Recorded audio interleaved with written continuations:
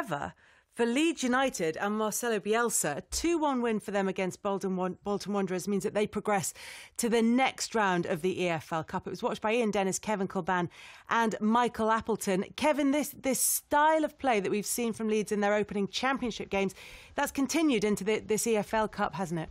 Yes, it was, particularly the first half. First half, they were very impressive. They moved the ball quickly. There was so much movement. There were so many options around the pitch for any number of Leeds play when in possession.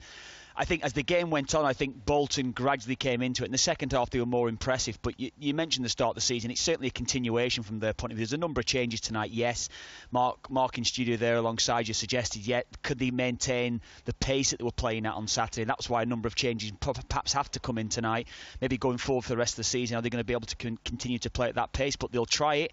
And I think in general tonight, they were in the first half in particular, they impressed me. And after watching them against Derby at the weekend, I was impressed again tonight with them. So it's a great result. And again, they look to take that forward. I mean, is there a danger, Michael Appleton, that they hit the wall with that style of play? That a new manager comes in, he's very famous, they all want to play for him, they all give it absolutely full tilt, but then your body physically catches up with that level of intensity? Well, there's no doubt about it that there is a danger, especially obviously in a league which is as difficult as the Championship is.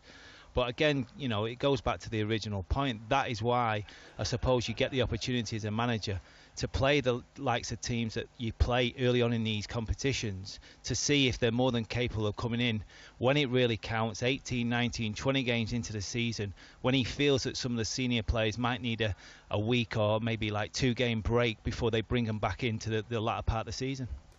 Playing brilliantly modern football, Kelly, but I understand behind the scenes at Leeds, he's almost old school with the way in which he set the tone for the whole club. So to give you an example, they have a sort of annual convention where all the staff get together. This happened in the close season, and he went along to it. He took all the players along, and obviously his English is not great, but he wrote a speech which was translated, and I gather he had members of staff, kitchen staff, people from Ellen Road, their hair standing up on the back of their neck. He delivered it with such momentum. I gather he's brilliant with the supporters. He's spreading his tentacles out into the academy. He's encouraging them to play in a similar sort of style, which is how we think management can't be these days. We think you've just got to take responsibility for the first team. You mentioned his English, and it is improving, and he is making a real effort to learn the language. However, his relationship and how he uses his translator is fascinating. I mean, you'll have seen him give these interviews, but if you haven't seen Marcelo Bielsa give interviews with his translator, the reporter asks the question, the translator then translates for Marcelo Bielsa. So far, so straightforward. Marcelo Bielsa then replies in Spanish.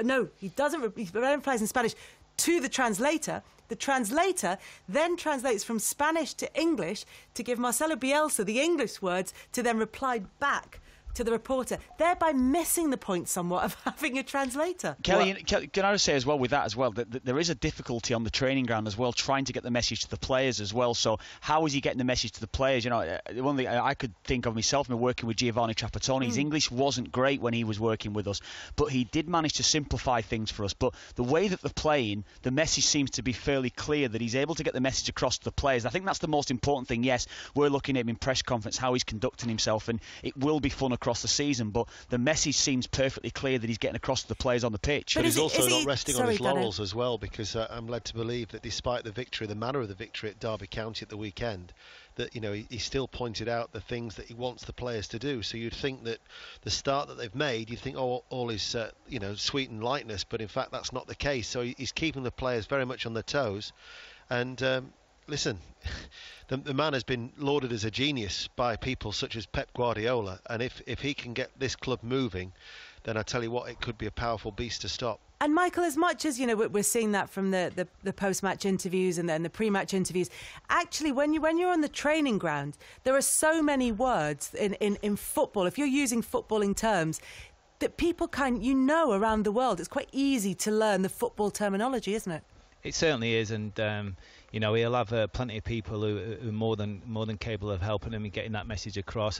You know, when it comes to actually the coaching side of it and the stuff that you do on the grass, there'll be millions of patterns of play that he'll be drumming into the players daily without opposition, and it'll be very, very slow but intense in terms of the way they have to think. So it'll be more the mental side rather than the physical side. And don't forget, these days it is very there's a lot of technology about, and obviously the analyst boys will be putting videos together and he'll be showing the players not only obviously the stuff that he does on the grass, but he'll show them on the videos and the DVDs how he wants to develop from what they've been doing originally to where obviously he wants to take them to. The most frightening thing really is when somebody like Frank Lampard turns around after Saturday's match and says, we knew what they were going to do, but we couldn't do anything about it. That's a real marker laid down, isn't it, fellas? Well, I think it certainly is, and I think it's one of them. You've only got to see tonight. It was interesting how Bolton set up initially. They almost allowed Leeds to play out from the back and allowed them to create the 3v2 around the edge of the box. But what was interesting, in the second half, Bolton were a lot closer together. The distances between the players was better, and it stopped Leeds to have that little fluency to their game that they had in the first half. You know, and a lot of people spoke about Arsenal and the way they approached the game on Sunday in the Premier League against Manchester City. Sometimes you have to find a way, and there might be occasions where teams come up against Leeds and think, do you know what, you know, if they're going to press us really high and stop us playing out from the back, we might have to go beyond the first line of midfield or the first line of the strikers to try and have some kind of effect on them, hurt them just as much as they're hurting us. Particularly though, Kevin, with them playing each other so early in the season, Leeds and Derby, the comparisons are going to be drawn between the two new managers in Bielsa and Frank Lampard, and looking at how quickly Bielsa has managed to establish what he wants from his players and to get it out of them.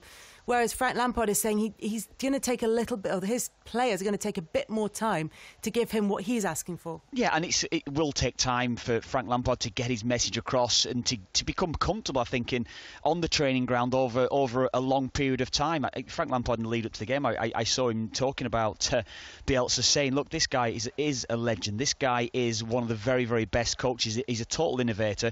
And I'm trying to learn to try to get to a level that we know full well in, 3 games into the season, 2 games into the season, 1 game in before Saturday, that he's never going to be anywhere near that level. So it will take time. But comparisons are going to be made simply because of the play that Frank Lampard was. But to get to the level in coaching terms, it's going to take a hell of a long time for him, yes. This is a real baptism of fire as well, which he's passed with flying colours so far. But listen to this. Weekend they're at home to Rotherham, who obviously got done heavily at Brentford in their first away game. This time next week he's away at Graham Potter's Swansea. Then he's away at Norwich on the Saturday, and then the final fixture before the international break, home to Middlesbrough. So you're talking about Stoke, Derby, Swansea and Borough, 4 of his first 6. You come out of that with a few more points on the board and people really start to take you seriously. They certainly will, and it's all going to pan out over the next few weeks, as you say. As far as the EFL Cup matches were concerned, we obviously saw this new rule change, which is that they've waived extra time and gone straight to penalties. Now, guys, I know you were watching the game between Leeds United